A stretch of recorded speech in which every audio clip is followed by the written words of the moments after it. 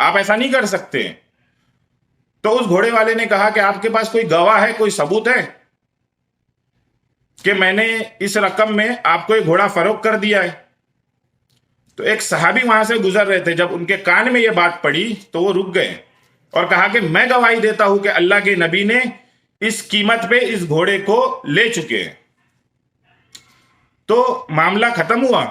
اس کے بعد اللہ کے نبی نے وہ صحابی سے پوچھا کہ آپ نے تو دیکھا نہیں تھا جب میں یہ گھوڑے کا معاملہ کر رہا تھا, تو آپ نے کیسے کہہ دیا؟ تو کہا کہ اللہ کے نبی, آپ نے جنت, جہنم اور آخرت, اللہ اور فرشتے اور اتنی بڑی بڑی خبریں دی.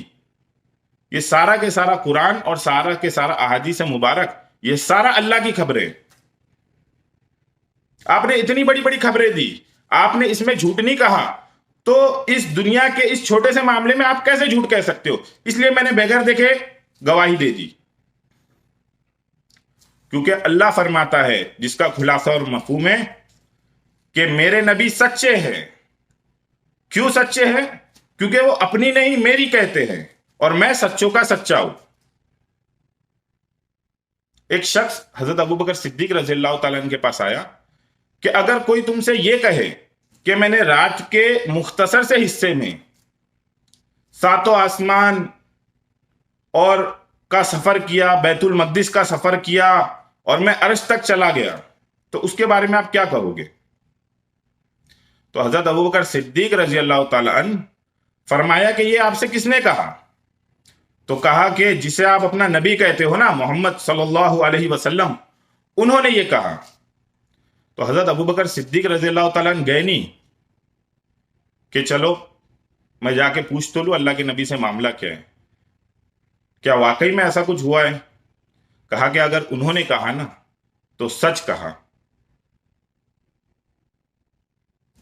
تو صحابہ اکرام رضی اللہ تعالیٰ عنہ نے اپنے دلوں پہ محنت کر کے اپنے ایمان کو اس لیول پہ لے گئے تھے کہ دیکھو, کسی بھی چیز کو دل میں اتارنے کے نا 4 راستے ہیں.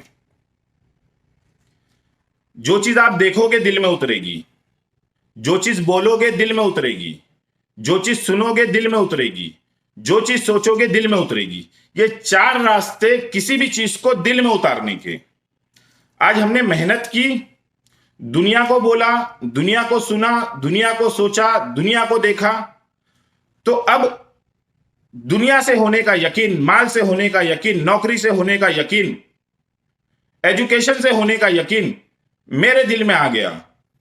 اور اب جب یقین بنا تو عمل کرنا آسان ہے کہ میں 2 سال, 3 سال, 5 سال اپنے بیوی بچوں کو, اپنے ماں باپ کو چھوڑ کر دوسرے ممالک میں جا کر محنت کر رہا ہوں, جان مال لگا رہا ہوں دنیا کے لیے. میری ساری کوششیں دنیا کے لیے. کیوں؟ کیونکہ یہ یقین بنا. ہمیں کیا لگتا ہے کہ 2-5 منٹ کی ہم کوئی بات سن لے, 2-5 منٹ کا ہم کوئی بیان سن لے اور ہماری زندگی بدل جائے. یہ ہو ہی نہیں سکتا. آج میں 30 سال کا ہوں, میں نے 30 سال دنیا کو بولا, دنیا کو سنا, دنیا کو سوچا, دنیا کو دیکھا. اب میں 10 منٹ, یہ 30 سال کا یقین دل میں بیٹھا ہے, اگر میں 10 منٹ اور 20 منٹ اور 15 منٹ اور کیا بولتے رہے 1 گھنٹہ 2 گھنٹہ اللہ رسول کی بات, دین کی بات سنوں, تو یہ 30 سال کا یقین یہ میرے 5-10 منٹ اور گھنٹہ 2 گھنٹے کے یقین کو ٹکر نہیں دے سکتا. اس کو اس لیول کی محنت چاہیے. جتنا میں نے دنیا کو بولا, جتنا دنیا کو سنا, جتنا دنیا کو سوچا, جتنا دنیا کو دیکھا, اتنا ہی اللہ سے ہونے کو بولوں گا, سنوں گا, سوچوں گا, دیکھوں گا. تو اب کیا ہوگا کہ وہ یقین بنے گا, اور وہ یقین اعمال پہ کھڑا کرتا ہے. صحابہ اکرام نے اللہ سے ہونے کو اتنا بولا, اتنا سنا, اتنا سوچا, اتنا دیکھا کہ ان کا یقین بن گیا, اور یقین بنا تو اعمال کرنا آسان ہو گیا. کیونکہ دیکھو, اللہ نے دنیا کو بنانے کے بعد ہے نا, اس دنیا کو ایمان والے کے اعمال کے حوالے کر دیا کہ جیسا اعمال زمین سے آسمان کی طرف جائے گا, اسی طرح سے آسمان سے فیصلے زمین کی طرف آئیں گے. یہ دنیا غیر ایمان والوں کے اعمال سے اس دنیا کا کوئی لینا دینا نہیں ہے.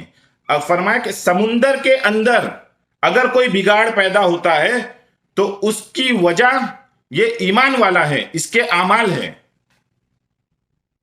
صحابہ اکرام نے اپنے دل پہ محنت کی تھی اور اپنے دلوں سے مخلوق کا یقین نکالا تھا اور ایک خالق کا یقین ڈالا تھا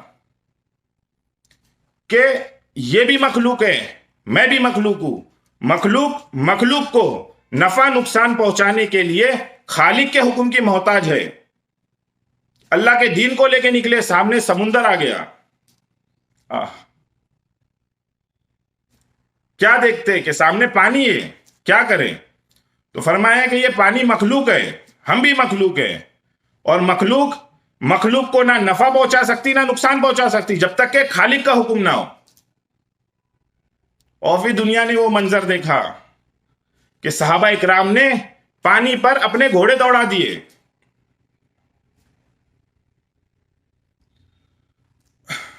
یہ یقین،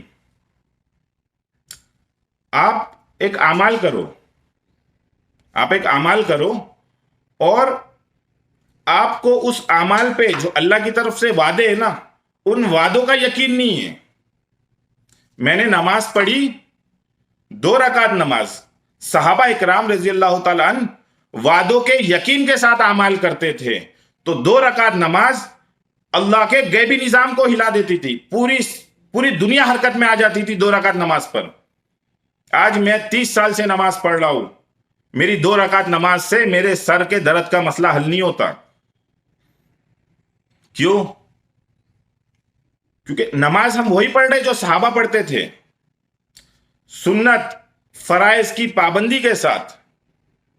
اگر آپ نماز پڑھتے ہو تو آپ کی نماز قبول ہو جائے گی اور نیکی مل جائے گی، لیکن اس نماز پہ جو اللہ کی طرف سے وعدے ہے وہ وعدے پورے نہیں ہوں گے. آج سب سے بڑا ہمارا مسئلہ یہی ہے کہ ہم اعمال کرتے ہیں، سنت فرائض کی پابندی کرتے ہیں الحمدللہ، لیکن ہمارے اعمال بغیر وعدوں کے یقین کے ہوتے ہیں.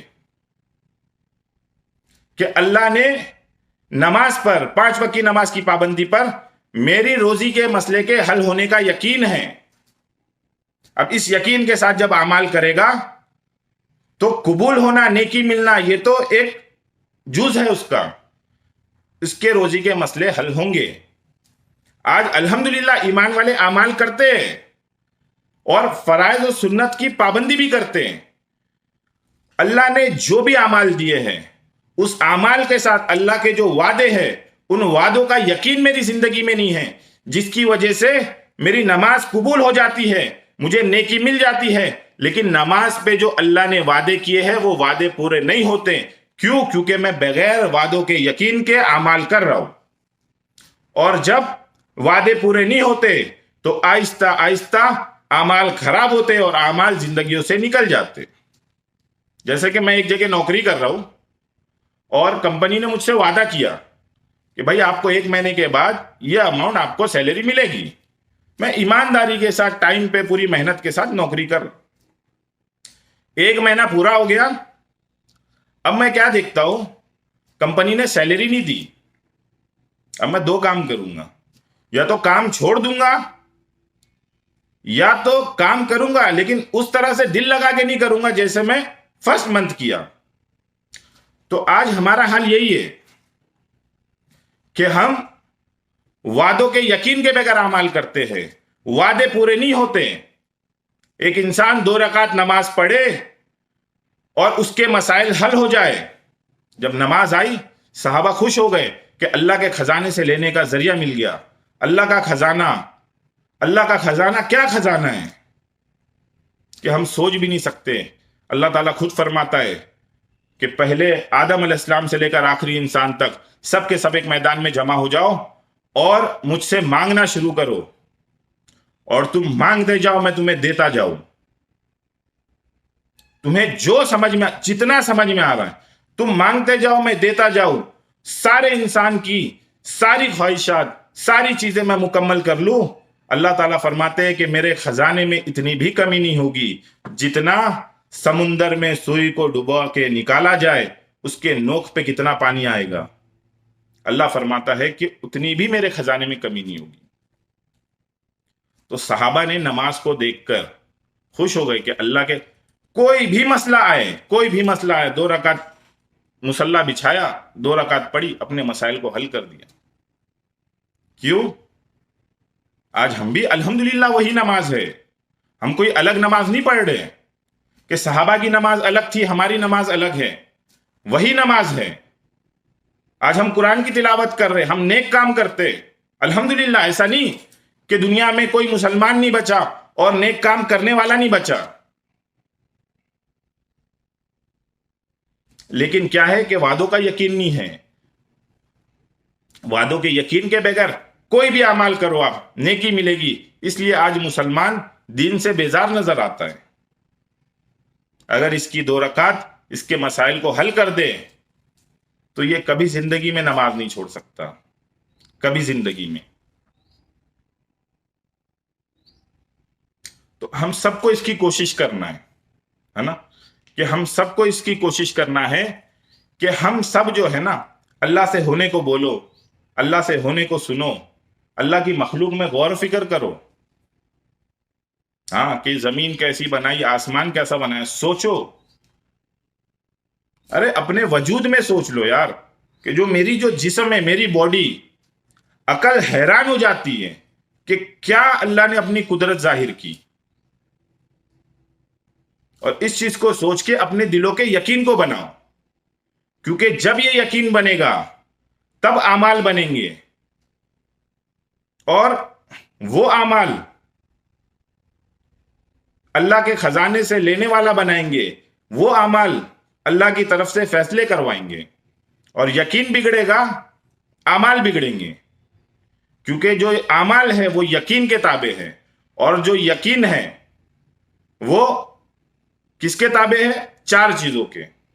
ایک تو آپ کا منہ، کہ جو بولو گے وہ چیز یقین میں آئے گی، جو چیز سنو گے وہ چیز یقین میں آئے گی، جو چیز دیکھو گے وہ چیز یقین میں آئے گی، جو چیز سوچو گے جس چیز کے بارے میں وہ چیز یقین میں آئے گی۔ آج 30-40 سال دنیا کو بولا، مال سے ہونے کو بولا، عہدے سے ہونے کو بولا، چیزوں میں ترقی کو بولا، چیزوں میں کامیابی کو بولا، آج وہ یقین بن گیا ہمارے دلوں کا، اور آج ہمارے لیے اعمال کرنا مشکل ہے۔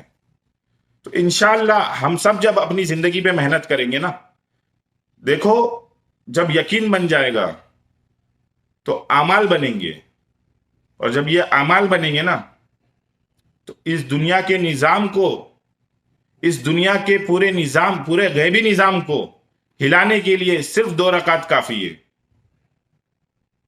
کہ آپ نے 2 رکعت پڑھی، اللہ نے دنیا کے غیبی نظام کو حرکت میں لا دیا۔ اللہ کے لیے کوئی مشکل نہیں ہے کہ 7 زمین 7 آسمان، اس کے درمیان کی جو بھی چیزیں ہیں، یہ ساری چیزیں اللہ کے نزدیک مچھر کے پر کے برابر بھی نہیں ہیں۔